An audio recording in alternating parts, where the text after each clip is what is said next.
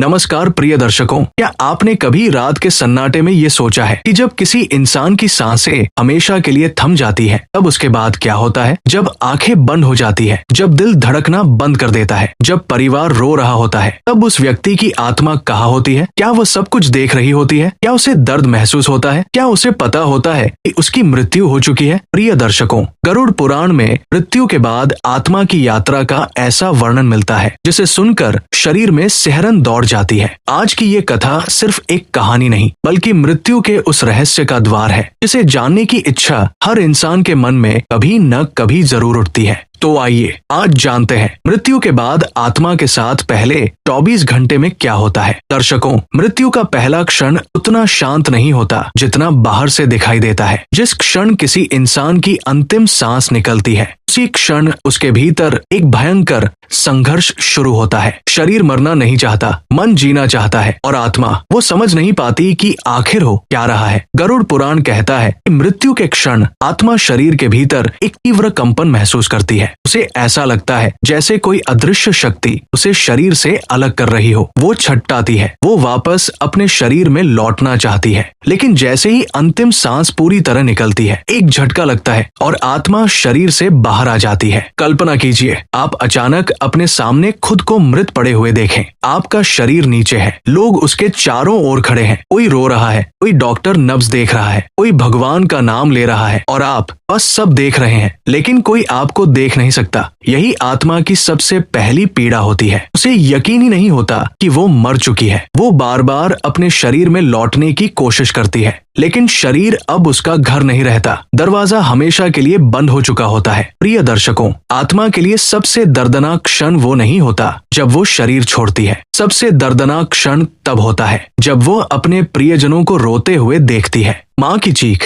पिता की टूटी आवाज, पति या पत्नी की सिसकियां, बच्चों का मासूम सवाल, पापा उठ क्यों नहीं रहे? आत्मा सब सुनती है। वो चिल्लाती है, मैं यही हूँ, लेकिन उसकी आवाज किसी तक नहीं पहुँचती। वो अपने परिवार को छूना चाहती है, सांत्वना देना चाहती है, पर उसका स्पर्श उनसे छिन चुका होता है। मृत्यु के बाद पहले 6 घंटे आत्मा भ्रम में रहती है। उसे लगता है ये सब सपना है। वो अपने कमरे में जाती है, अपनी चीजों को देखती है, अपनी अधूरी किताबें, कपड़े, मोबाइल, तस्वीरें, हर चीज उसे पुकारती है। उसे लगता है कि बस थोड़ी देर में सब ठीक हो जाएगा, लेकिन धीरे धीरे सच सामने आने लगता है। अब वो इस दुनिया का हिस्सा नहीं रही। दर्शकों, गरुड़ पुराण के अनुसार आत्मा को सबसे ज्यादा कष्ट अधूरी इच्छाओं से होता है। यदि किसी इंसान की कोई बड़ी इच्छा अधूरी रह गई हो, तो वही इच्छा आत्मा को बांध लेती है। किसी को अपने बच्चों की शादी देखनी थी, किसी को माँ से माफी मांगनी थी, किसी को अपना सपना पूरा करना था। ये अधूरी इच्छाएं जंजीर बन जाती है और आत्मा को आगे बढ़ने नहीं देती।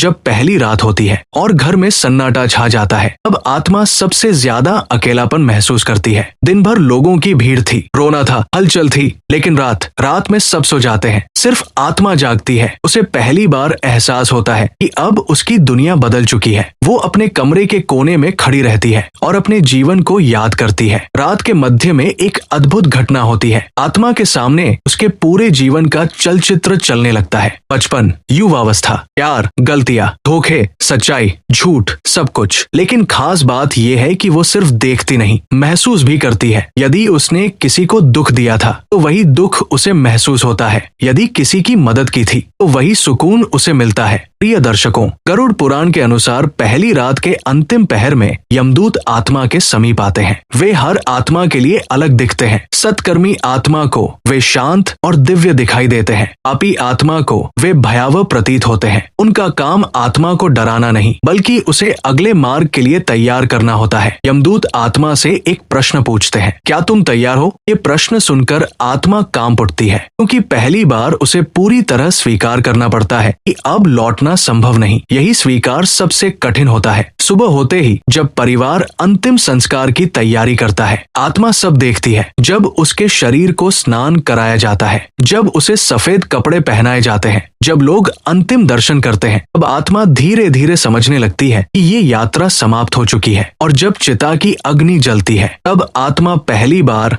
अपने पुराने अस्तित्व से पूरी तरह अलग हो जाती है। अग्नि का रहस्य। दर्शकों, हिंदू धर्म में अग्नि को पवित्र इसलिए माना गया है क्योंकि वही आत्मा और शरीर के अंतिम बंधन को तोड़ती है। जब शरीर अग्नि को समर्पित होता है तब आत्मा का मोह कम होने लगता है। यदि अंतिम संस्कार विधि विधान से हो तो आत्मा को शांति मिलती है, यदि ना हो तो उसकी बेचैनी बढ़ सकती है। आत्मा की पुकार। कई बार लोग कहते हैं कि मृत्यु के बाद उन्हें अपने प्रियजन का सपना आया। गरुड़ पुराण कहता है कि ये संयोग नहीं होता। पहले 24 घंटों में आत्मा अपने सबसे प्रिय व्यक्ति तक पहुंचने की कोशिश करती है। सपनों के माध्यम से, संकेतों के माध्यम से, अचानक महसूस होने वाली उपस्थिति के माध्यम से। सबसे बड़ा सत्य। प्रिय दर्शकों, मृत्यु अंत नहीं है, ये सिर्फ एक द्वार है। जिस तरह सूर्यास्त के बाद सूर्योदय होता है, उसी तरह मृत्यु के बाद भी चेतना की यात्रा जारी रहती है। हमारा हर कर्म, हर भावना, हर विचार आत्मा के अगले मार्ग को तय करता है। गरुड़ पुराण का संदेश। गरुड़ पुराण हमें डराने के लिए नहीं लिखा गया, ये हमें चेताने के लिए लिखा गया है। ये कहता है, जीवन को ऐसे जियो कि मृत्यु के बाद पछतावा ना रहे। किसी का दिल मत दुखाओ, झूठ मत बोलो, अहंकार मत करो और हर दिन ऐसा कर्म करो जिससे आत्मा हल्की हो। प्रिय दर्शकों, एक दिन हम सबको ये यात्रा करनी है। कोई नहीं जानता कब, लेकिन जब वो क्षण आए तो हमारी आत्मा भय में नहीं, शांति में हो। यही सच्चा जीवन है, यही सच्ची तैयारी है। यदि आपको ये कथा ज्ञानवर्धक लगी हो